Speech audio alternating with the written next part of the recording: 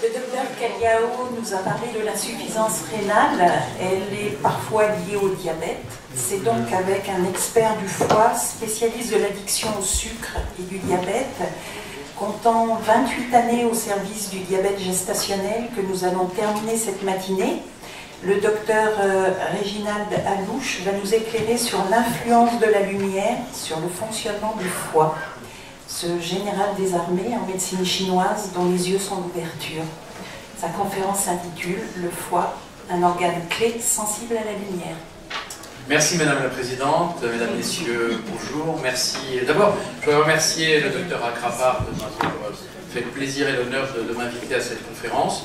Je connais le docteur Agrapard depuis quelques années et je respecte vraiment son travail et toute comment dire, le dynamisme qu'il met pour faire de la chromatographie quelque chose d'important. Je pense que les voies de la médecine sont nombreuses, impénétrables. Malheureusement, nous sommes dans des systèmes qui aiment les tiroirs. Et il faudra un jour qu'on trouve un tiroir qui soit assez grand pour la chromatographie. En tout cas, c'est tout ce que je vous souhaite. Voilà. Pour la petite histoire, d'ailleurs, j'ai connu le docteur Christian Agrapard parce que je suis un de ses patients. Et j'y allais vraiment, je vais vous dire, à Melun, c'est Melun. Et j'y allais comme ça, en disant « Oh là là, qu'est-ce que c'est que tout ça ?» Et depuis, je suis convaincu. Voilà, je voulais juste vous dire, on ne va pas parler de ça, on ne va pas parler de mes petits problèmes, on va parler d'un autre problème qui est le foie. Alors d'abord, je voudrais vous dire une chose, c'est que on va parler d'un organe, et je pense qu'il n'y a rien de pire pour un médecin que de parler que d'un organe. Il est évident, aujourd'hui on va approfondir cet organe, mais cet organe s'inscrit dans une démarche beaucoup plus holistique, globale, et un malade, ça n'est pas un foie. Un patient, ça n'est pas un foie. C'est bien plus que ça, et là on va se concentrer sur le foie. Alors, la question qu'on peut se poser quand même, c'est pourquoi détoxifier un organe qui est chargé de tout filtrer. Je vous rappelle que tout ce qui est dans votre tube digestif passe par le foie. Tout, puisqu'il y a un certain nombre de canaux, que ce soit les artères, des artères, des chylomicrons, puisque le système lymphatique passe aussi par le foie. Et on parle souvent du cœur, dont on dit que c'est l'organe noble, mais en fait, c'est une pompe qui pompe 4,5 litres par minute. Le foie, lui, transforme et filtre 1,5 litre par minute. Donc c'est absolument colossal. Sa taille est assez importante. Vous avez vu que c'est un des organes les plus gros de notre organisme. Et on peut peut-être se poser la question de savoir si, et je pense que les paléontologues pourraient nous répondre, c'est que probablement, dans ces temps anciens, où on dit que tout est merveilleux et on mangeait très très bien, je pense qu'on avait besoin de filtrer beaucoup de toxiques, et c'est pour ça que notre foie est devenu cet organe extrêmement important dans notre cavité abdominale.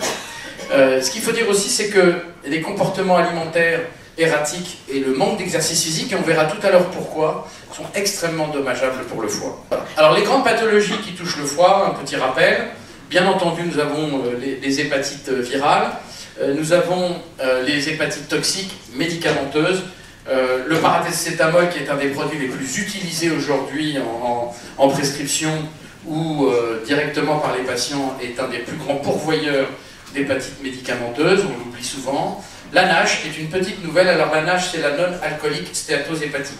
En anglais, en français, c'est la stéatose hépatique non-alcoolique qui est en train de croître et multiplier, puisque par exemple aux États-Unis, où il y a à peu près 87 millions de prédiabétiques, on pense que 90% ont une NASH. Voilà. Le diabète de type 2, on va revenir là-dessus. Le diabète de type 2, pourquoi je parle du diabète de type 2? Parce qu'après des années de travail sur le diabète, et Madame la Présidente, vous avez précisé que j'avais beaucoup travaillé sur le diabète de grossesse, qui est un diabète extraordinaire. Pourquoi? Parce que c'est un modèle scientifique parfait. Vous avez donc un corps sain, le fœtus, dans un corps qui a du diabète. Corps malade. Pas grand, mais corps malade. Et en fait, c'était très facile, je n'ai pas pu m'en empêcher. Et en fait, on voit comment le fœtus réagit vis-à-vis de sa mère qui a ce diabète. Alors c'est vrai pour le diabète gestationnel, qui est un vrai plaisir, puisqu'il s'arrête après la grossesse. Cela étant, vous savez que les femmes enceintes qui ont fait un diabète gestationnel ont 25 à 40% de risque, 10 ans après, de faire un diabète de type 2. Donc il faut les surveiller quand même, il faut les voir tous les ans, surveiller tout ça. Mais ce qu'il y a d'extraordinaire dans ce modèle, c'est qu'en fait l'enfant fait de l'insuline pour sa mère. Et c'est parce que l'enfant fait de l'insuline pour sa mère. Vous voyez, l'enfant sauve sa mère, mais il a intérêt d'ailleurs parce que leurs sorts sont liés. Donc l'enfant, le fœtus a vraiment une véritable intelligence naturelle. Et qu'est-ce qu'il fait qu'est-ce qui se passe quand on fait de l'insuline et qu'on n'en a pas besoin? Question? On grossit, bravo, exactement. Donc la principale complication, ce sont les enfants macrosomes avec des complications à la naissance. Je vous rappelle qu'il y a quelques années, il y a un peu plus d'un siècle, une césarienne, c'était une chance sur 4 de réussir. Voilà, donc c'était vraiment terrible. Alors pourquoi je parle de diabète de type 2? Parce que bon, moi je considère, c'est peut-être choquant, que le diabète est une maladie conséquente et qui est liée au foie. On expliquera tout à l'heure pourquoi. Parce qu'on parle souvent du pancréas, des récepteurs et des machins et des trucs, mais en fait la réalité, c'est que celui qui sécrète l'insuline, c'est le pancréas, et même les diabétiques de type 2 ont toujours une sécrétion résiduelle. Celui qui métabolise l'insuline et qui la désactive, c'est le foie, s'il peut le faire. S'il ne peut pas le faire, on verra ce que ça fait. S'il ne peut pas le faire, vous pensez au fœtus, qu'est-ce qu'il fait? Ben, il va y avoir des prises de poids. Donc on reverra ça tout à l'heure. La cirrhose, bien sûr, les maladies génétiques comme la maladie de Wilson, qui vous savez est liée au métabolisme du cuivre, l'hémochromatose, fer, la cholestase, les chimiothérapies, parce que les chimiothérapies provoquent souvent des cholestases et sont très très toxiques pour le foie. Bon, c'est un organe vital unique, vous avez dit le général des armées, donc je vous paraphrase, Madame la Présidente, puisque pour les Chinois, c'est le patron, et en plus il se met en colère. Donc je pense que c'est ça, hein. Je ne suis pas un spécialiste, mais c'est le siège de la colère. Voilà, donc attention à mon foie. Alors, qu'est-ce que ça fait le foie? Eh bien, ça fait plusieurs choses. D'abord, ça sécrète. Je vous rappelle que 75% du cholestérol total est sécrété par le foie. Donc, quand on me parle d'hypercholestérolémie, j'ai tendance un peu à sourire, parce que tout le monde va absolument baisser le cholestérol. Alors, moi, je suis un vieux médecin. Et quand j'ai fait mes études, le bon cholestérol, c'était 2,40. Non, c'était 2,60. Après, c'était 2,40. Après, c'était 2,20. Maintenant, c'est 2. Bientôt à 80, et ça n'a aucun sens. Enfin, moi je considère que ça n'a aucun sens, parce que de toute façon on n'a jamais prouvé que les gens avec un peu de une hypercholestérolémie modérée vivaient moins vieux que ceux qui n'en avaient pas. Voilà, ça il faudra qu'un jour on fasse quand même le grand déballage, mais ceci c'est lié à des intérêts qui me dépassent. Le foie fabrique la bile, fabrique des hormones, et surtout des facteurs de coagulation, vous le savez, puisque c'est souvent dans les pathologies du foie on a des problèmes de coagulation, particulièrement pour la cirrhose. Ça synthèse aussi des protéines, à partir des briques de base qui sont les acides aminés, ça fait des protéines. Ça fait aussi des co-sécrétions, par exemple. Vous avez, ça a été découvert il y a 5 ans par une équipe de chercheurs au CNRS à Lyon, l'équipe de Gilles Mithieu, qui a montré qu'en fait, on pouvait saturer les récepteurs endocannabinoïdes de la veine porte. En fait, il y a des récepteurs endocannabinoïdes, exactement les mêmes que ceux que vous avez dans votre hypothalamus, et qui sont en fait qui sont saturés quand on avale certains types d'acides aminés. Je reviendrai tout à l'heure là-dessus, puisque je vous ai montré la publication. C'est le foie qui régule la glycémie, c'est le foie qui régule l'insuline, il transforme le fructose en glucose, le glucose en triglycérides, et puis il démine les médicaments, l'alcool, les drogues, les pesticides, et j'en passe, tous les toxiques. Et c'est un organe de stockage, le glycogène. Alors, petite histoire, en fait, le foie stocke du sucre sous forme de glycogène uniquement pour le cerveau. Voilà, parce que ce qu'on apprend sur les stocks de sucre dans les muscles, c'est que chaque muscle est égoïste. Il garde ses réserves pour lui. On ne les échange pas. Donc, même si vous avez, pour ceux qui font de la boxe ici, vous savez par exemple qu'un boxeur peut très bien continuer à bouger beaucoup, mais avoir les bras et sa garde qui baisse. Parce que les stocks, les réserves de sucre dans les muscles diminuent et ne s'échangent pas avec ceux des jambes. Donc c'est pour ça que souvent ça se finit très mal pour ceux qui n'ont pas un bon entraînement physique. Et puis ça stocke des vitamines, et puis surtout c'est un organe émonctoire. Vous savez que nous avons 5 émonctoires, des organes comme les poumons qui rejettent le gaz carbonique, les intestins qui rejettent les toxiques et les produits inutiles dans les selles, nous avons la peau par la sudation et par le sébum, et il y a le foie qui lui est l'organe qui est probablement celui qui en fait le plus, parce qu'il a vraiment un job incroyable. Voilà les 5 émonctoires. J'oubliais les reins bien sûr, mais comment je pu, cher confrère, oublier les reins. Nous avons une très belle présentation tout à l'heure sur les risques liés à l'insuffisance rénale. Alors il y a un problème du foie, c'est qu'il n'est pas innervé. Donc on n'a jamais mal au foie. Quand les gens vous disent qu'ils ont mal au foie, ils ont mal à la bile, ils ont mal à la vésicule, ils n'ont pas mal au foie. Ça, c'est un vrai problème, parce que le jour où vous avez vraiment mal au foie, bah, c'est un peu le début de la fin. Il y a un peu de terminaison nerveuse sur l'enveloppe du foie. C'est pour ça que dans les hépatomégalies, l'augmentation de la taille du foie, on peut avoir des douleurs. Mais ça, c'est un vrai problème parce qu'on le néglige. Et pourtant, vous avez compris, c'est le dernier organe. Après lui, il n'y a plus rien. C'est-à-dire que avoir un foie en mauvais état, c'est mal vieillir. Mal vieillir, parce qu'on ne va pas en parler, c'est pas le sujet, l'anti-âge, mais on va vieillir très très mal. On va avoir des problèmes, on va avoir des douleurs articulaires, je vous en parlerai tout à l'heure. Donc c'est vraiment important, il est vraiment important de soigner son foie. Alors, on va parler de lumière, parce que ici, tout n'est que lumière. Et donc, en fait, le foie, normalement, il est rythmé, comme tous les autres organes de l'organisme, par un noyau qui est au sein du cerveau, qui s'appelle le noyau suprachiasmatique, et qui coordonne tout le monde. Voilà. Donc c'est une espèce d'horloge à balancier chimique, hein. C'est vraiment la même chose, hein. C'est-à-dire comme le balancier pour montre automatique, eh bien, il y a un balancier chimique qui va ordonner et qui va donner le top et le la à tout le monde, et il est lié bien entendu au nerf optique qui lui détecte la lumière et qui va justement coordonner les actions du noyau suprachiasmatique. Et en fait, vous voyez, on a un cycle, bon, vous le connaissez tous, hein, ça vous le connaissez par cœur, avec les sécrétions d'insuline dans la journée, le glucagon à 18h parce qu'on a besoin de réserve, on a les sécrétions de dopamine à minuit, l'histamine, la CTH, le cortisol en début de matinée, qui va nous donner le signal du départ, puisque le cortisol c'est l'hormone de je vais me battre, je vais combattre, les hormones thyroïdiennes, et puis voilà. Donc ça, c'est important, pourquoi? Parce que le foie, il est rythmé comme ça. Le foie, il est toujours avec les autres, et il est rythmé par les prises alimentaires. Ça, c'est un point que nous allons voir, parce que lui, il a sa propre horloge. Et ça, c'est une découverte récente, c'est qu'en fait, le foie, il a une horloge qui va se déclencher en fonction des prises alimentaires, et non plus en synchronisation avec le cerveau. Et alors ça, c'est important. Pourquoi? Par exemple, les travailleurs de nuit, l'incidence du diabète de type 2 et de l'obésité chez les travailleurs de nuit est très importante.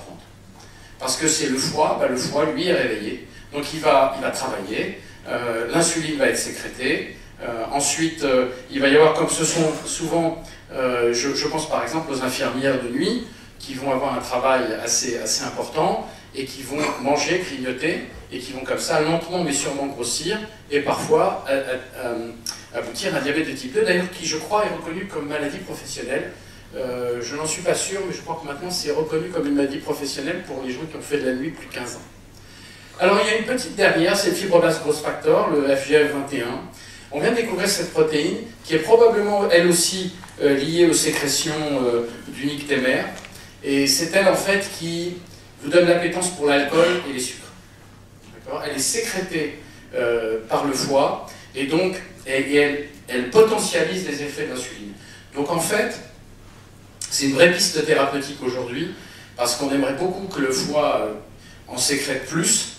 Et donc pour ça, il y a des problèmes de coordination avec l'horloge circadienne. Je ne vais pas rentrer dans le détail, pour ceux que ça intéresse, j'ai dans mon ouvrage mis des publications liées au FGF21, mais je pense, sans trop me tromper, que ce sera une piste thérapeutique dans les 10 années à venir, justement pour traiter le diabète, et on parle bien du foie ici encore. Alors le foie diabète de type 2, voilà, je reviens là-dessus, c'est le principal site de métabolisme de l'insuline, c'est là où elle est dégradée, et donc quand le foie fait autre chose, eh bien, il ne peut pas dégrader l'insuline. L'alcool, par exemple, quand vous buvez de l'alcool, eh bien l'alcool est prioritaire. Le foie arrête tout. Il y a deux choses pour lesquelles il arrête tout, c'est l'alcool et le fructose. D'accord? Il arrête tout. Et il commence, parce que ça lui demande un travail enzymatique très important, et il commence à travailler. Pendant ce temps, il stocke, il met de côté. Il stocke sous forme de graisse, de triglycérides, donc il fait du foie gras.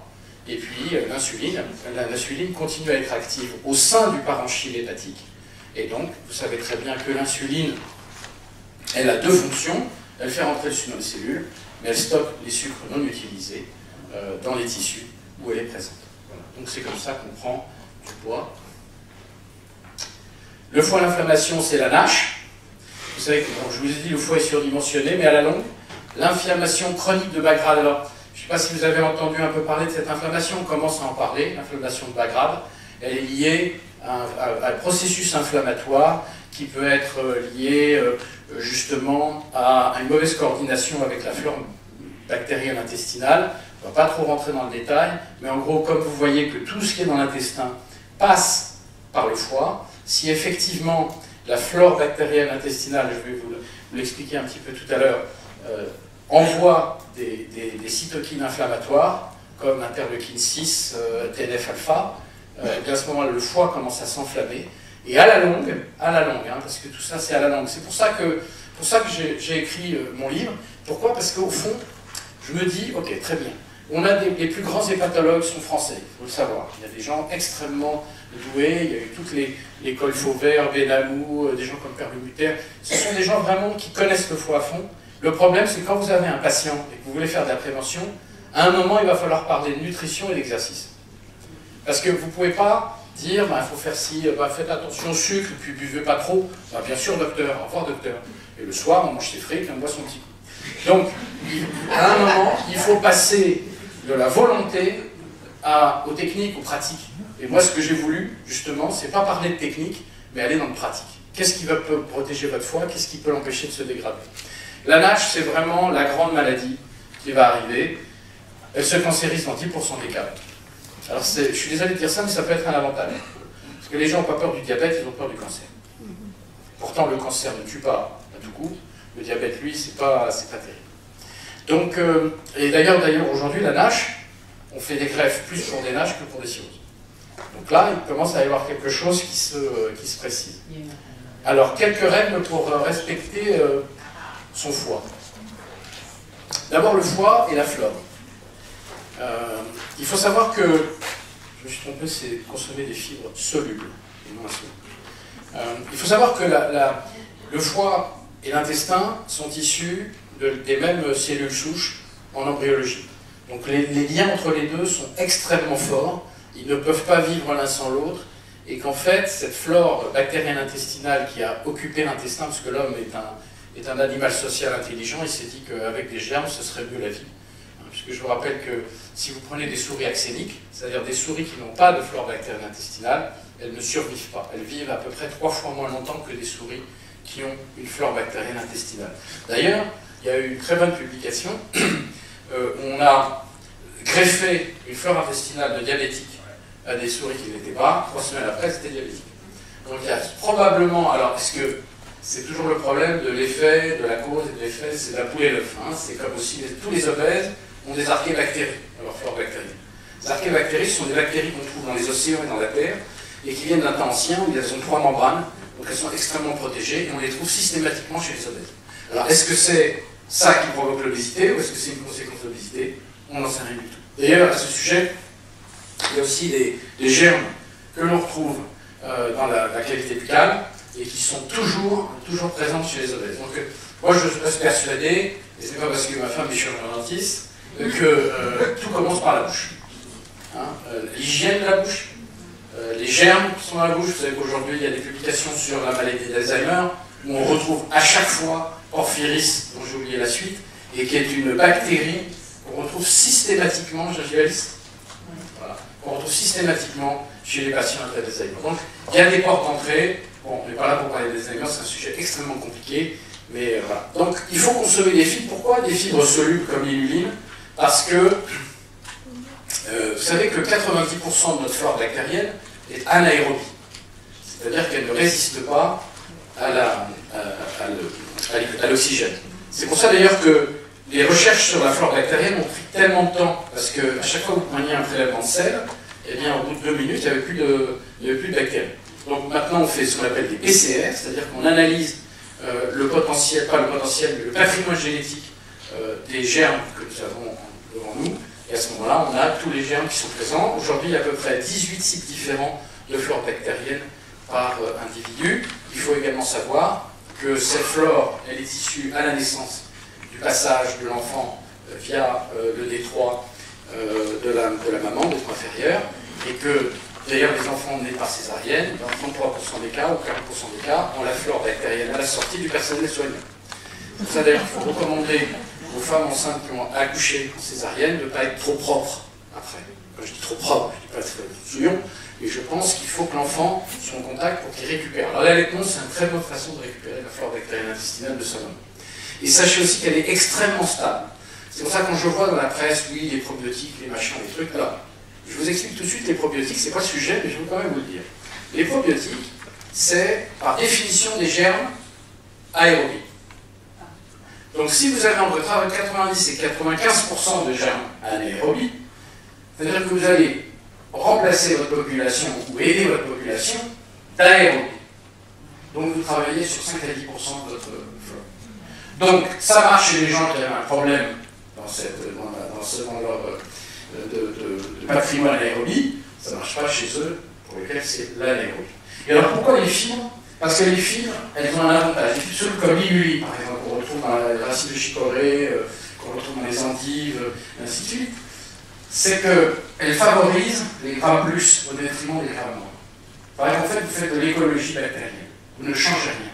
C'est pas comme prendre un probiotique où vous allez mettre 5 milliards de germes aérobies, c'est que vous allez favoriser les grammes plus qui sont toujours moins inflammatoires que les grammes moins. On va pas faire une conférence là-dessus, mais c'est important. Pourquoi limiter les graisses saturées? Vous verrez tout à l'heure le leaky gut, parce que plus vous avez de graisses saturées à la surface de l'intestin, plus, comme ce sont les mucopolysaccharides qui la tapissent, à ce moment-là, ça crée entre les cellules des trous, et vous avez déjà, il y a une très belle équipe à Toulouse, une équipe de Thierry Burcelin, qui a même montré un film où on voit une Escherichia coli. Donc vous faites un régime high-fat des rats, et le régime high-fat, vous marquez des Escherichia coli, et on voit l'Escherichia coli et plusieurs Escherichia coli qui passent entre les cellules intestinales, qui vont dans les ganglions mésentériques, et dans les ganglions mésentériques, bien sûr, les macrophages sont là, les gros bras pour les attendre, ils les explosent, et quand ils les explosent, à ce moment-là, c'est l'intérieur de la bactérie libéré dans le ganglion, et ce qui commence, c'est les maladies inflammatoires du tube digestif. C'est comme ça que ça commence, c'est le leaky gut. On a aussi un responsable, c'est le gluten, qui est lui, dans le gluten, il n'y a plus la colle, ça colle sur la paroi de l'intestin, et justement, le film intestinal de protection ne peut plus agir, et à ce moment-là, vous avez les mêmes symptômes que le leaky gut. Mais, je voudrais quand même dire quelque chose sur le gluten, parce que moi j'ai été confronté comme vous, probablement, à des patients qui disaient « j'ai un problème de gluten ». Et il y a 12 ou 13 ans, ça commençait. Et je me suis dit, mais bon, alors, au début, ouais, d'accord, gluten, pourquoi pas, machin. Alors, comme j'essaye d'être un scientifique, je suis allé voir les gens qui font le gluten. Donc, je suis allé chez Migrin, le syndicat des céréaliers, pour apprendre déjà qu'on avait changé les semences dans les années 60, pour prendre des fourrons durs, parce que les fourrons durs sont beaucoup plus travaillables que les froment, ça fait à peu près 10% de plus. Et puis, il y a un décret de 1979 du gouvernement qui autorise l'enrichissement en améliorants, on appelle ça des améliorants chez les boulangers, lui demander ce que vous mettez des améliorants. Et en fait, on met du gluten, et il y a à peu près 10 ans, j'ai que les statistiques et ça, parce que c'est très très dur de les avoir, de rajout de gluten sous forme de gluten vital de marque, c'est 272 000 tonnes par an pour les Français. Ça fait 12 grammes par jour, et par Français. Si je vous donne 12 grammes par jour, et par Français d'alcool, vous êtes tous bourrés. Donc, vous voyez, ce que je veux dire, c'est que je pense que nos grandes arrière-grand-mères, que Dieu les ait dans sa bienveillance, revenaient aujourd'hui et qu'on lui donne du pain, on leur donne du pain, je pense que vous aurez des troubles de gluten. Parce qu'on a trop. Et vous savez pourquoi? Parce que vous êtes aperçu dans les villes, à 4h du matin, il n'y a plus de boulanger qui fait le pain. Avant, moi j'ai fait des gardes comme tous les médecins, et je sortais le matin et je savais que ça sentait le pain. Le type qui bossait à 4h du matin. On ne bosse plus à 4h du matin. Parce que grâce au gluten, le pâton est plus malléable, plus plastique et non plus surgelé. Voilà. Donc tout ça fait qu'on peut avoir du leaky gut, alors que le gluten, il n'y a pour rien. Qu'il y ait du gluten, bah ça protège le lait, c'est pas mal. Mais quand il y en a trop, vous savez, l'homme c'est un équilibre. Quand c'est trop, bah, ça va plus. Voilà un peu le leaky gut. C'est-à-dire qu'en fait, quand vous avez un régime high-fat, très gras, très très gras, à ce moment-là, vous avez des passages qui vont ensuite dans la veine portale, dans la veine porte, et quand vous avez ces passages, bien entendu, vous avez ipso facto, quand ça rentre dans le ganglion mésentérique, génération d'interleukine 6 et de TNF-alpha, qui sont des cytokines, donc des hormones inflammatoires qui vont enflammer le foie. Et après, qui peuvent enflammer le cerveau. Parce que de la même façon, quand vous êtes, petit incident, vous savez qu'on a un nombre précis d'adipocytes. On peut faire des adipocytes. Les adipocytes, c'est ce qui stocke les graisses dans l'abdomen, les fesses, le visage, un peu les bras. Tant qu'on stocke, tant qu'on peut stocker, eh ben, l'organisme stocke. À un moment, on va stocker, mais on ne peut plus faire, c'est génétique, hein, on ne peut plus faire d'adipocytes.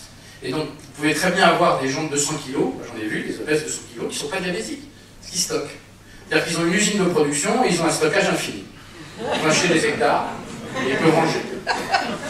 Et un jour, on vous dit, propriétaire du terrain, dit ça suffit, je ne peux plus, moi, vos usines, j'en ai marre, le Amazon local, vous arrêtez. À ce moment-là, qu'est-ce qu'on fait? On met des matières, des marchandises dans les couloirs. Les phénoïdes ne peuvent plus passer. Et à ce moment-là, il y a une inflammation du système qui envoie l'interleukine, qui envoie le TNF-alpha, qui passe au cerveau. Et je pense que le diabète de type 2 est lié au fait qu'à un moment, on ne peut plus stocker. Donc le cerveau décide de laisser flotter le sucre dans le sang. Comme la masse molétaire. Quand on la trompe, on la laisse flotter. C'est le début de l'inflation. Que nos économistes répètent. Voilà. Pour éviter le dérèglement circadien, il y a une règle absolue, c'est le respect des horaires. Respect religieux des horaires pour le repas. Parce que le foie adore la régularité, comme un gamin. Il n'aime pas quand c'est le bordel, donc il veut absolument que ce soit régulier. Pour les travailleurs de nuit, ce que je recommande, c'est éviter les charges glycémiques trop fortes. Pourquoi je vous dis ça? Parce que vous avez quelqu'un qui travaille la nuit, qui a un problème de foie, vous allez lui dire quoi? Vous allez dire, ben, mon corps, vous allez mourir? Bon, c'est pas possible. Donc il faut lui proposer quelque chose. Il faut bien dîner avant et prendre des encas liquides en milieu de nuit, puis le petit déjeuner. Pour éviter que le foie ne travaille trop pendant la nuit.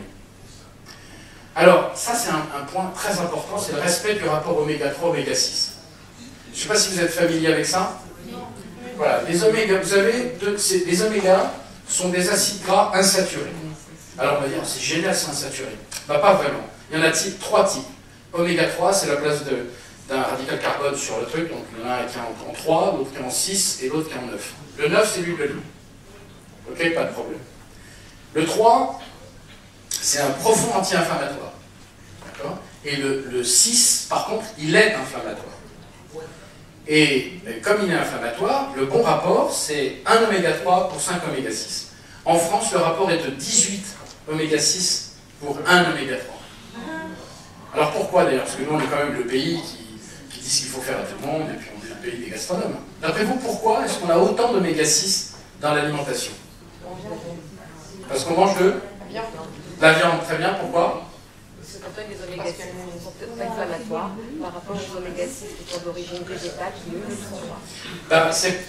En fait, c'est notre agriculture productiviste qui nous nourrit tous, mais qui a été obligé de mettre les vaches à la stabulation et les nourrir avec des tourteaux de maïs, soja et tournesol, qui sont très riches en oméga 6. Alors qu'avant, elles allaient manger de l'herbe ou du foin, qui sont très riches en oméga 3. Et donc, en faisant ça, nos poulets... Donc le poulet jaune, par exemple, vous savez, ce poulet jaune de Loué, on dit c'est le poulet haut, il est élevé, là, oui, mais il est bourré d'oméga 6. Et sachez qu'il y a de très belles publications que je vous recommande de l'équipe de Gérard Ayot à Nice, qui expliquait pourquoi les enfants de femmes américaines étaient plus gros, plus gras, plus vite que les nôtres. Eh bien, c'est pour une bonne raison, c'est que plus vous consommez d'oméga 6, les oméga 6 sont des acides gras insaturés qui contrôlent la différenciation des cellules souches en préadipocytes. Donc le fœtus d'une femme américaine dont la céréale majoritaire est le maïs, qui est le plus riche en oméga 6, va faire des enfants qui ont de préadipocytes en plus grand nombre que les nôtres. Et les préadipocytes, s'il est en contact avec une alimentation très riche en sucre et en gras et qui ne fait pas d'exercice physique, il va grossir plus. La mauvaise nouvelle, les adipocytes sont immortels. Il n'y a pas d'apoptose. Parce que nous sommes les enfants des survivants, donc nous sommes là pour avoir des stocks. Parce qu'avant, on avait des famines, on avait des épidémies, on avait des trucs. Maintenant, on mange tous trop. Donc, on est en décalage en fait entre notre métabolisme et la réalité, puisque en matière alimentaire, c'est l'offre qui génère la demande. Je le rappelle. Le rapport aux États-Unis, c'est 1 pour 48. D'accord? C'est ce qui explique que si vous regardez des films américains et les figurants dans les années 50, pour ceux qui aiment le cinéma, et vous regardez les figurants aujourd'hui, vous verrez qu'à l'époque c'était comme ça, aujourd'hui c'est tous des vaches. Et c'est pas parce que les Américains sont des gens qui se comportent mal, hein. C'est parce que quand vous avez des oméga 6, 48 oméga, il y a un très bon bouquin qui s'appelle Tous gros demain, qui est sorti il y a 15 ans, par un certain Veil, qui est ingénieur agronome, et qui a d'ailleurs créé la filière bleu blanc cœur. Vous connaissez peut-être, puisqu'ils enrichissent les viandes, les œufs de lin, pour être riche en oméga 3. Voilà. Je vous recommande sa lecture, c'est quelqu'un que j'adore, qui a eu le courage, comme Christian Grappard, de défendre sa position. Il l'a très bien défendu, et aujourd'hui on lui doit beaucoup. Alors, il faut manger les fruits et pas les boire. Parce que le fructose est un poison pour le foie. Alors pourquoi? Parce que le fructose, c'est un sucre, vous savez que c'est un monopeptide, c'est un monosaccharide, qui est un sucre qu'on trouve dans les fruits et qui est métabolisé uniquement par le foie. Vos cellules ne peuvent pas l'utiliser. Donc quand vous prenez un bon verre de jus d'orange, c'est-à-dire 4 oranges, vous allez trouver une arrivée massive de fructose, et quand le foie métabolise le fructose, il ne fait rien d'autre. Et donc il met tout le reste de côté, hormones, graisse, il fait du foie gras. Et donc je reviens aux Américains. Pourquoi? Parce que 12% des calories américaines, ce qu'ingère un Américain, vient du fructose. Puisqu'aux États-Unis, les sodas sont édulcorés au fructose. Alors que nous prenons le saccharose. Je vous rappelle que le saccharose, c'est glucose-fructose. Il y a du fructose, il y a du glucose, mais on a un peu moins de fructose. Donc le fructose, et malheureusement, j'espère que la communauté européenne ne permettra pas que nous édulcorions avec le fructose. Et quand je vois la politique de la PAC depuis 10 ans, qui favorise le maïs, qui est vraiment une céréale que je vous recommande de ne pas l'utiliser. Parce que c'est vraiment une céréale terrible. D'abord qui appauvrit les sols, et qui en plus est très riche en fructose et en oméga 6. Elle a tout pour elle.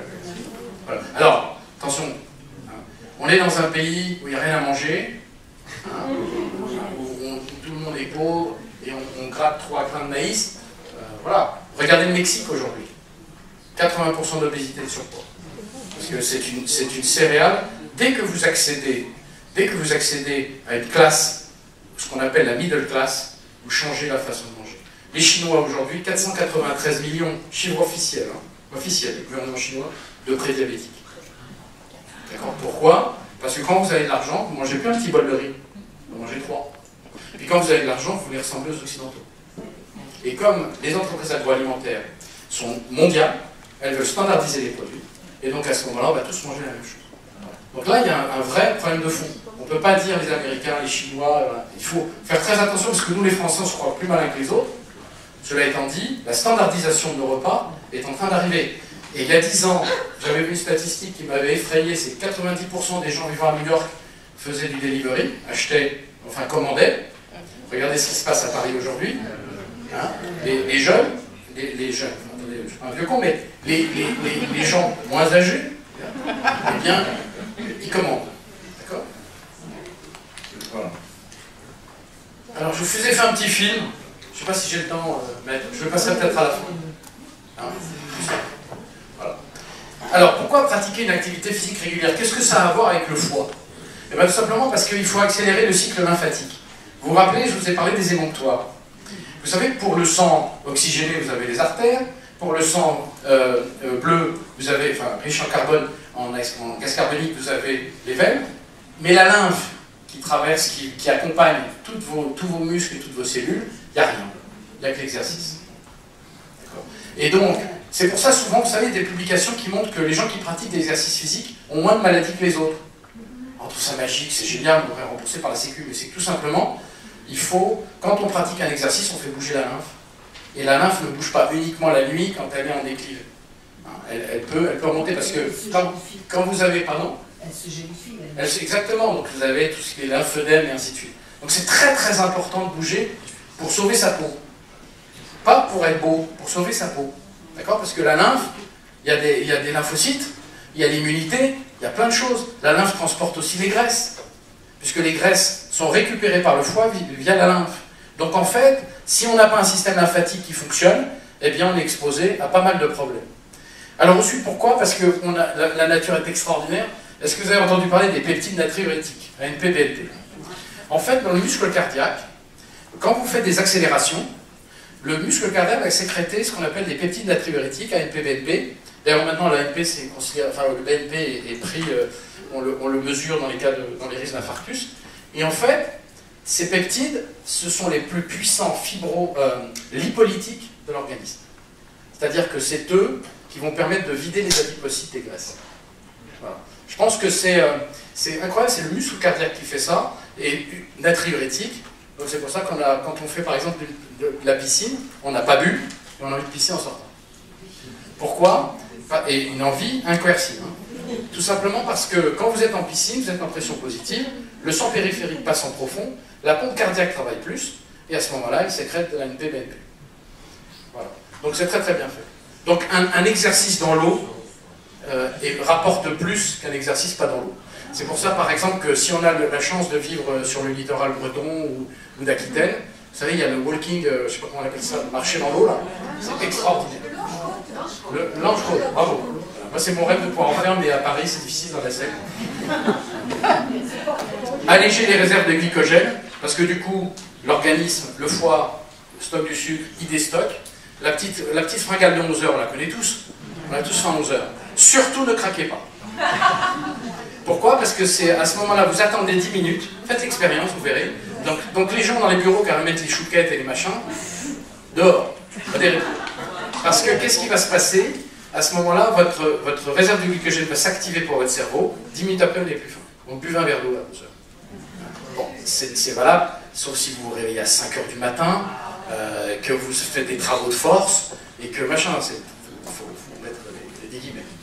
Réguler le métabolisme de l'insuline, et surtout consommer les triglycérides et diminuer le risque de NASH. L'alcool, sucre, optez pour les féculents et légumineuses à faible charge glycémique. Je ne vais pas rentrer dans le détail, vous savez qu'il y a les index, mais que les index, les autorités de tutelle disent oui, mais alors les index, les machins, il faut voir toute la charge. Bon, enfin bon, ça c'est des...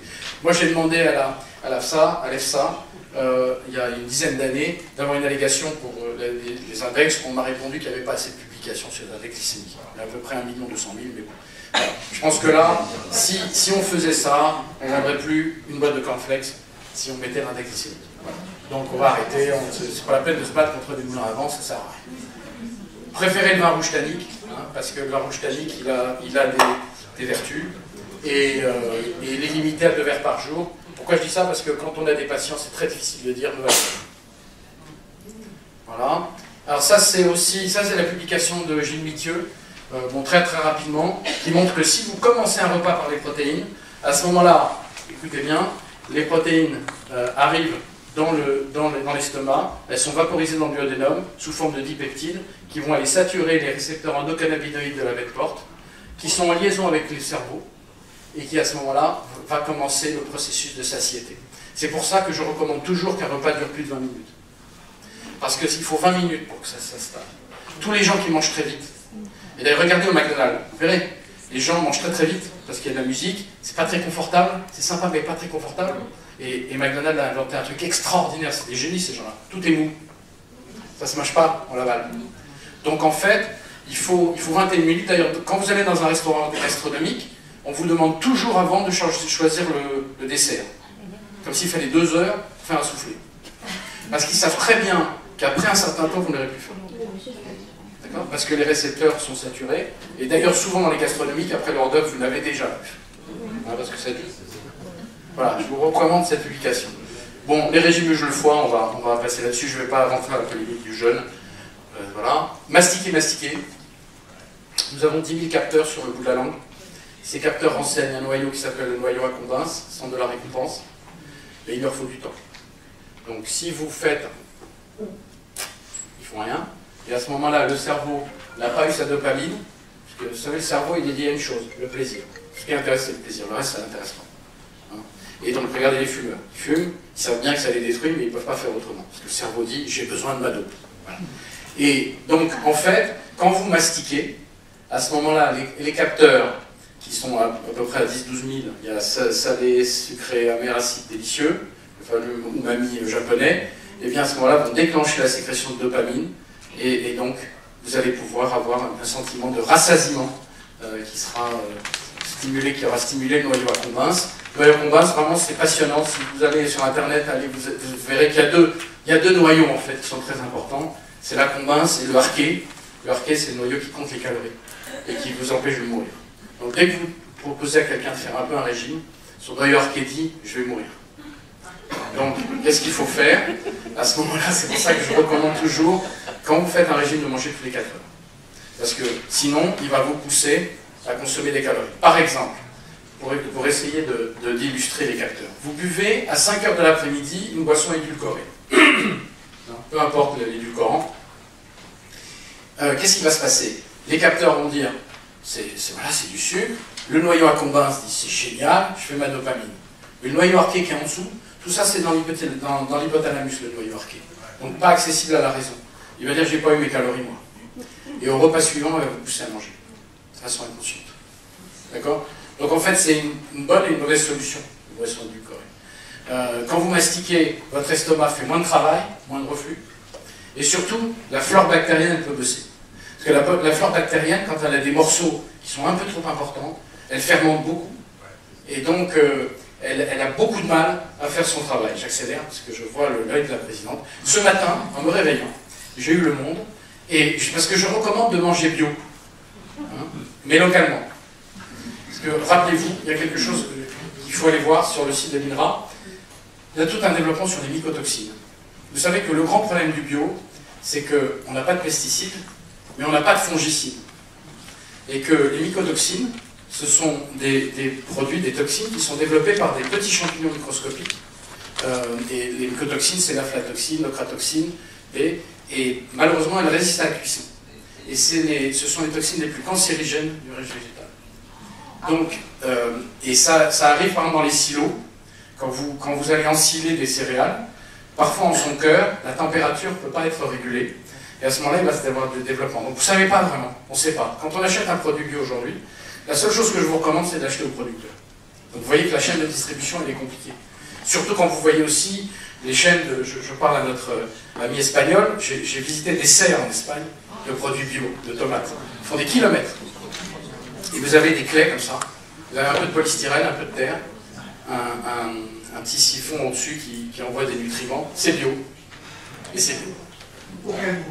Ben voilà. Donc ça, c'est un vrai problème. Il va falloir quand même qu'on adresse ce problème-là. Alors les autres vont vous dire, oui, mais vous comprenez, il faut nourrir tout le monde. Bon, écoutez, on ne va pas rentrer là-dedans.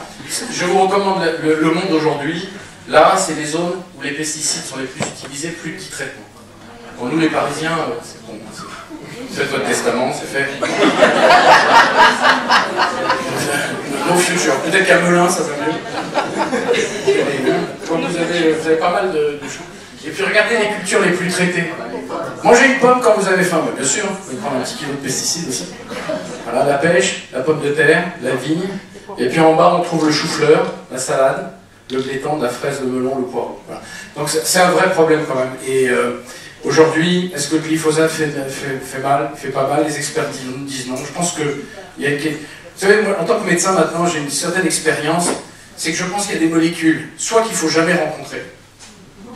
Vous savez, beaucoup de chercheurs, par exemple, qui rencontrent des alkylés, qui les rencontrent, il suffit d'une petite dose et ils développent des cancers, des leucémies ou des myéloses.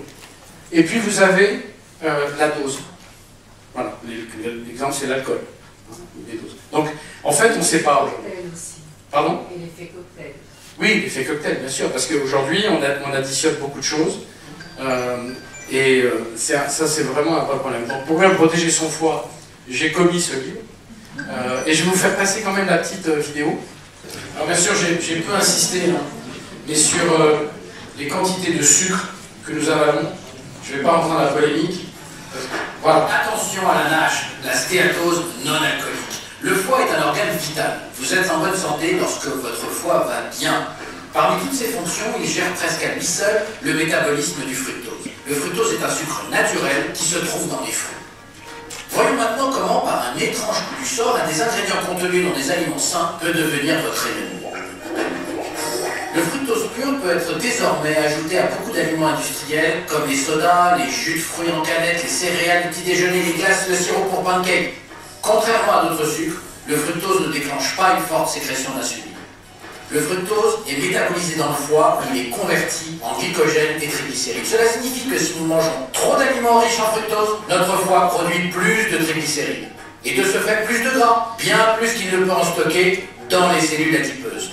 Donc cet excès de gras s'accumule dans le foie, comme le foie gras, à la différence que les pauvres oies sont gavés, nous nous faisons subir le même sort sans le savoir. Votre foie qui se transforme en foie gras, ça n'en fait pas un produit de luxe.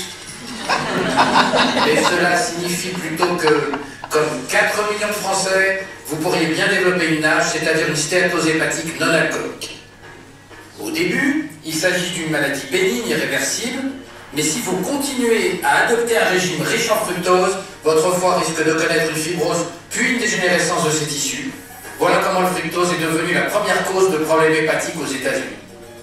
Alors, en résumé, si vous voulez rester en forme avec un foie en bonne santé, lisez attentivement les étiquettes sur les produits industriels de façon à limiter votre consommation de fructose ou à éviter le fructose caché.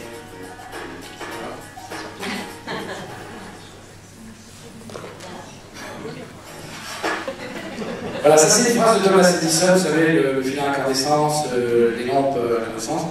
Et il a dit, il y a plus d'un siècle, le médecin du futur ne donnera pas de médicaments, il formera ses patients à prendre soin de leur corps, à la nutrition et aux causes et à la prévention des maladies. Et pour moi, c'est vraiment très très important, parce que l'organisme est un mode qu'on appelle cliquer, c'est que je ne suis pas hypertendu, je ne suis pas hypertendu, je ne suis pas hypertendu, clic, je suis hypertendu. Et je ne redeviendrai pas non hypertendu, à moins de rencontrer de bons médecins. C'est les yeux du regard. Mais c'est vrai aussi pour le diabète, je ne suis pas diabétique, je ne suis pas diabétique. Le problème, c'est que tant que ce n'est pas installé, c'est réversible. Quand c'est installé, ça peut être réversible. Par exemple, aujourd'hui, il y a des publications en Angleterre qui ont montré que si vous donnez un régime de 600 calories à un diabétique, au bout de 6 semaines, son diabète disparaît. Et qui peut vivre avec un régime de 600 calories? Qui? Il faut vraiment en vouloir. Pardon? Un hypothyroïdien. Je demande à voir. Voilà. En tout cas, je vous remercie à Fibre. Merci.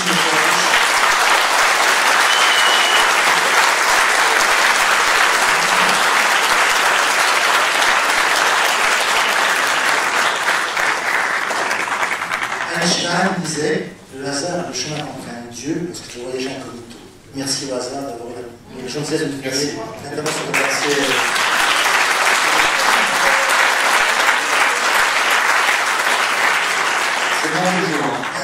Des questions? Bonjour docteur. J'ai bien compris qu'il ne fallait pas abuser du fructose des jus de fruits, par exemple. Que pensez-vous des légumes quand on les mange sous forme de jus avec un extracteur pour récupérer les micronutriments qui, paraît-il, n'existent plus une fois qu'ils sont cuits? Oui, alors c'est très vrai. D'abord, pour les cuissons, il faut des cuissons douces. Les cuissons vapeur. Aujourd'hui, il y a des modes de cuisson qui permettent de maintenir les vitamines, parce que c'est vrai que les vitamines, au-dessus de 60 degrés, elles ont du mal. Donc ces jus, pour les légumes, sont bons. Pour les fruits, je ne suis pas tout à fait d'accord. Un jus d'orange le matin, c'est 4 oranges. Vous me pèlerez et ne mangerez pas 4 oranges. Et puis, imaginez la dose de fructose qui arrive à votre foie, qui vient de se réveiller, avec un jus d'orange. On nous a imposé, je crois, d'un point de vue marketing, ces comportements, parce qu'on nous vend de la vitamine C qui n'est pas toujours présente, il faut le dire. Il faut des jus frais, qui ont été conservés avec... voilà, mais pour les jus de légumes, moi je suis plutôt d'accord. Cela étant, n'oubliez pas que boire, ça n'est pas manger pour le cerveau.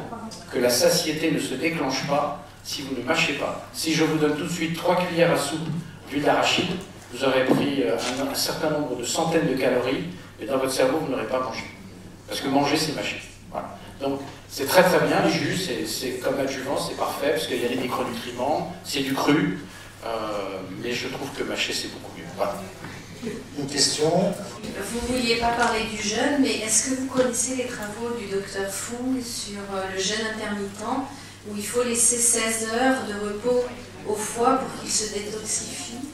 Ça dépend de la façon dont vous abordez ces points-là. Si vous abordez les... Vous savez, il y a plein de dépêches le matin, si on prend ceci, on a ça, si on prend pas ceci, ça. Déjà, dans mon livre, je mets 2 pages pour vous expliquer de faire très très attention à toutes ces publications, parce que c'est souvent sur le modèle burin, sur des souris, et les hommes ne sont pas des souris. D'accord? On on projette sur l'homme, mais la réalité, elle est tout autre. C'est comme aussi, vous savez, les régimes sanguins. On fait du in vitro, donc on met un goutte de sang, on met avec un poireau, on dit ah ben ça coagule, donc c'est vraiment le poireau. Entre une goutte de sang et le fait d'avaler, les travaux sur le jeûne, je ne connais pas les travaux de M. Font, endocrinologue. Moi je crois qu'il y a une réponse à deux têtes. La première, c'est que c'est très très difficile de savoir, je veux dire pourquoi. Parce qu'il faudrait faire des essais cliniques en double aveugle pendant 10 ans.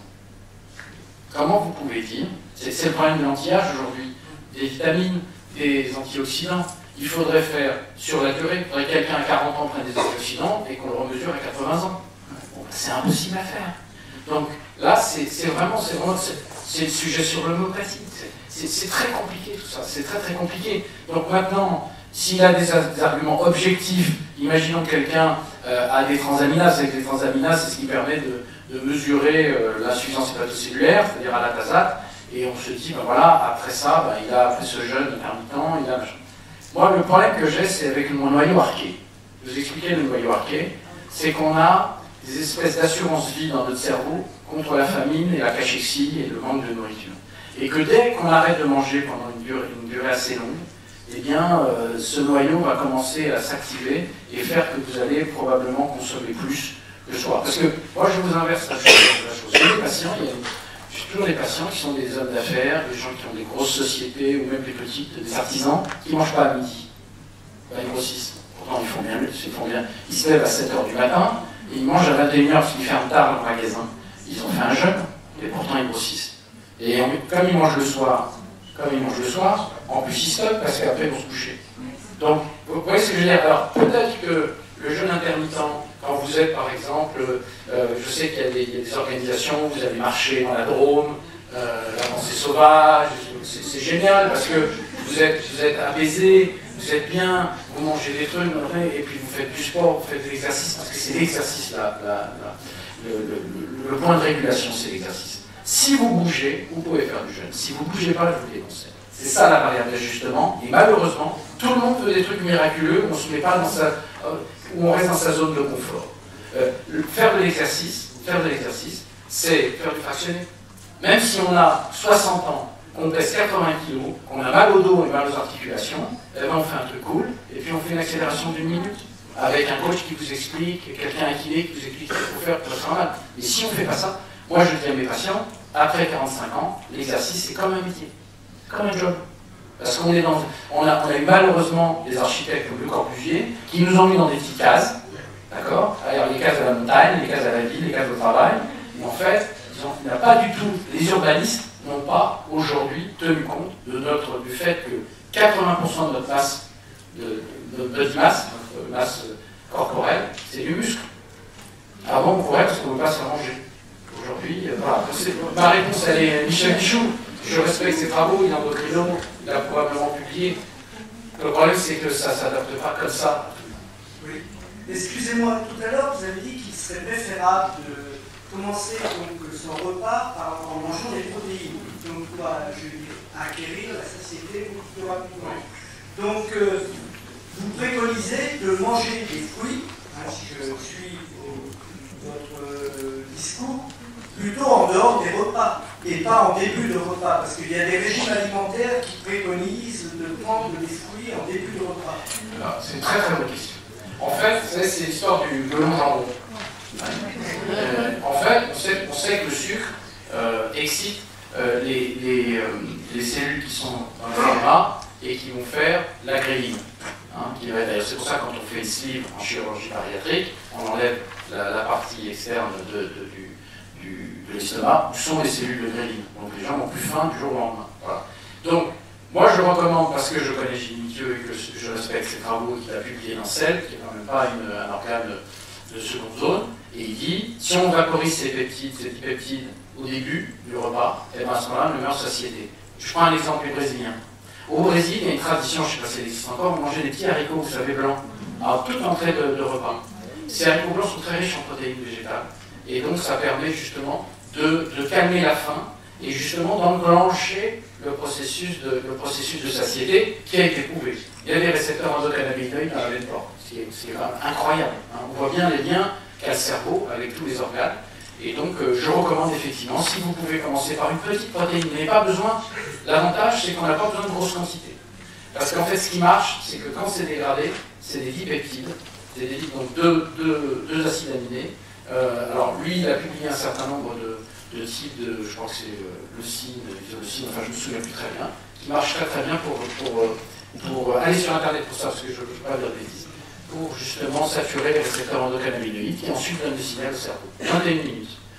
Entre 21 minutes et 30 minutes, la plupart des gens mangent en moins de 10 minutes.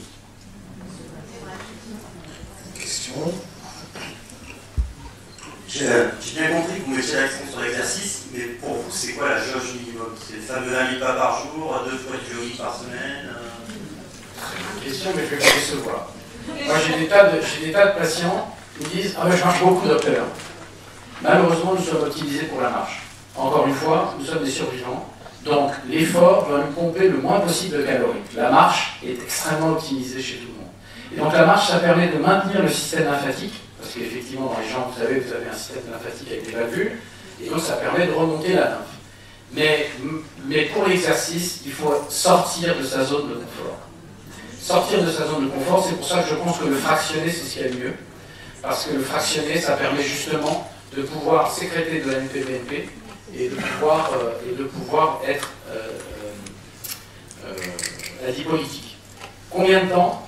Alors vous avez l'étude, vous savez, la grande étude américaine et finlandaise qui montre que ça c'était pour les diabétiques et les prédiabétiques. Si vous êtes prédiabétique, c'est-à-dire que votre glycémie à jeun est entre 1,05 g par litre et 26 g par litre.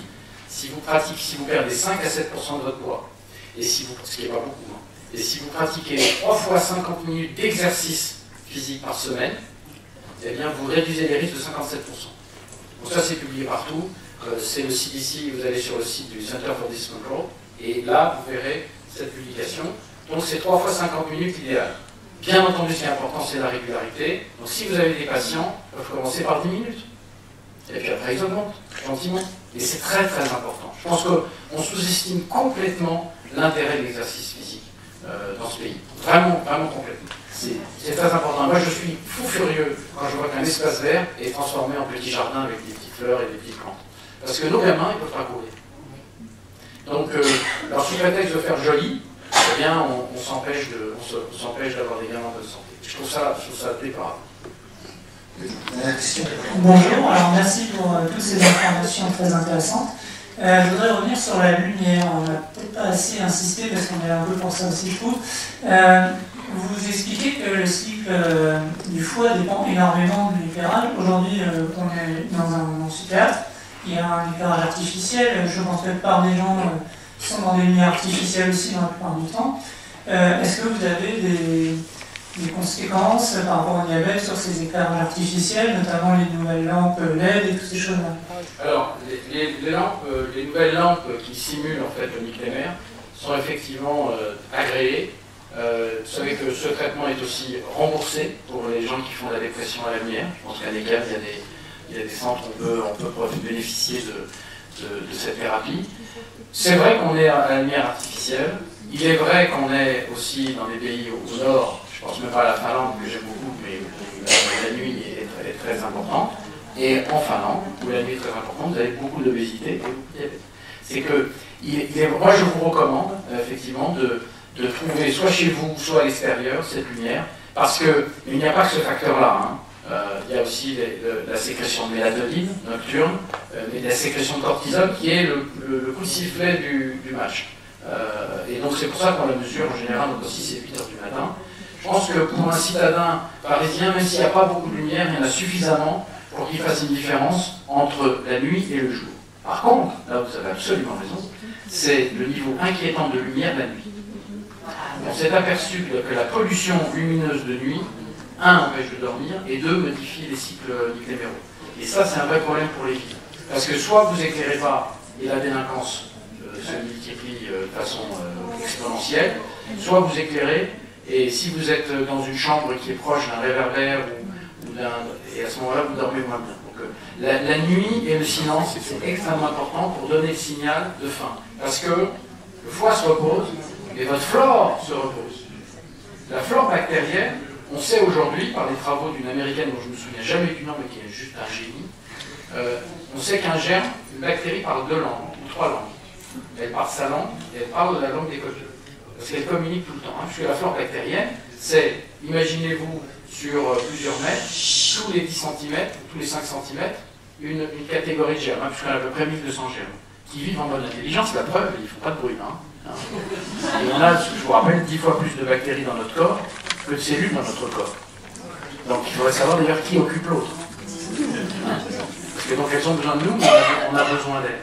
Et en fait, elles parlent, mais elles se reposent la nuit. Elles refont il n'y a plus de mouvement. Et comme il n'y a plus de mouvement, elles peuvent faire des sécrétions, elles peuvent se régénérer, elles peuvent se diviser. Et c'est très très important de dormir, de bien dormir. C'est toujours la même chose quand on voit ces publications. Le sommeil est très bon pour ceci. Et la réalité, c'est que derrière, nous sommes des animaux complexes. Hein. On est vraiment, et on est habité par cette flore qui est là avec nous et qui conditionne probablement même nos comportements.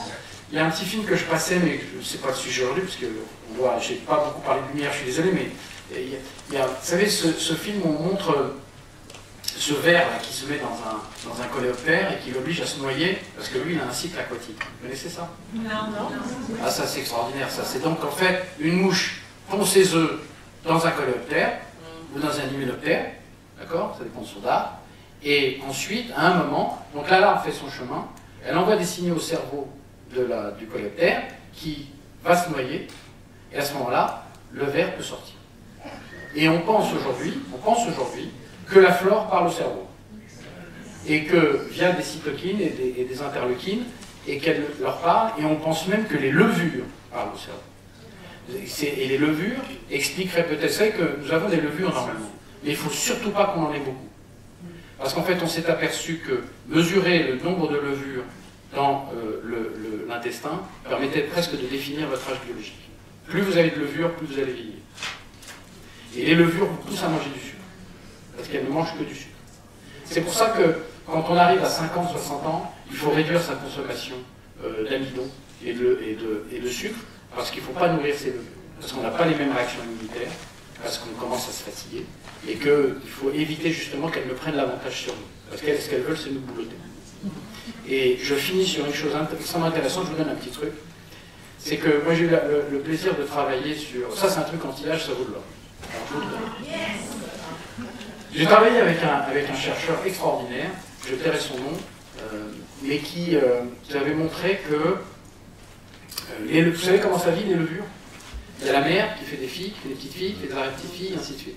On parle d'une mère, d'ailleurs on dit une mère. Hein, quand on a un boulanger dit une mère, un vinaigrier dit une mère. Mais en fait, elles n'ont pas d'émonctoire. Et donc, elles donnent des toxines à la génération précédente. Et donc, la mère de toutes, elle est bourrée de toxines. Et pour s'en débarrasser, elle va utiliser une petite hormone qui s'appelle la cuosine. Et la cuosine, chez nous, c'est fabriqué par un germe qui s'appelle Subtilis natto. Et Subtilis natto, en fait, fabrique de la cuosine. Et la cuosine, elle est impliquée dans la réplication de l'ARN messager. Je vous rappelle, vous avez de l'ADN, vous voulez faire une protéine ou une membrane, vous faites de l'ARN messager qui sort du noyau, ça va dans le ribosome, et l'ARN messager est dupliqué. C'est comme ça qu'on vit tout le temps. Vous en faites plein en ce moment, vos ribosomes sont débordés de travail. Et qu'est-ce qui fait que la photocopie est de qualité? La cuosine. Parce que c'est quoi le vieillissement? Alors, on va pas rentrer là-dedans, mais le vieillissement, c'est le nombre de divisions. On nous dit 120 ans. Bon, je ne sais pas, que Dieu nous prédit, à vous tous. Ensuite, on a les télomères, l'usure des télomères, ce qui fait que quand on reproduit, ben, il y a des bouts qui manquent. Et puis, il y a la réplication. C'est-à-dire que si votre photocopieuse, imaginez que vous avez une vieille photocopieuse, on a tous eu une vieille photocopieuse, dans un bureau, avec les pages qui sortent comme ça, des taches partout. La cuosine, c'est ce qui fait que la photocopie sera parfaite. Alors, ça ne fait pas 100% d'anti-âge, ça en fait 10, 15%. D'accord? Et où vous trouvez-vous de la cuosine? Dans le natto. Et comme par hasard, le natto, c'est consommé massivement où? En Okinawa et au Japon. D'accord? Parce qu'en plus, ça passe la barrière hématoménagère. Donc, je vous recommande de manger du natto, ça vaut 1 € pour la semaine. C'est quoi le natto? Alors le natto, ce sont des graines de soja fermentées avec un germe qui s'appelle Subtilis natto. Pour des raisons que nous ignorons, après 40 ans, 45 ans, vous n'avez plus de subtilis natto dans votre flore bactérienne. Donc en fait, c'est comme un probiotique. Vous prenez du subtilis natto qui va faire de la chlorine. Et donc comme ça, vous pouvez souhaiter, hein, tout ça, c'est comme ça, mais c'est une constatation qui a été faite par des scientifiques, et si vous allez, pour garder chlorine et queine. Voilà. Et d'ailleurs, le natto, mesdames, a un avantage énorme, c'est qu'il est riche en vitamine K, et donc il combat l'ostéoporose de façon extrêmement efficace, puisque par exemple, la vitamine K, on ne la trouve pas pour les humains, parce qu'il y a des problèmes avec la coagulation, mais on la trouve pour les vétérinaires. Pour l'ostéoporose des animaux, on donne la vitamine K. Voilà. Ok, écoutez, vous avez bien compris, bonjour.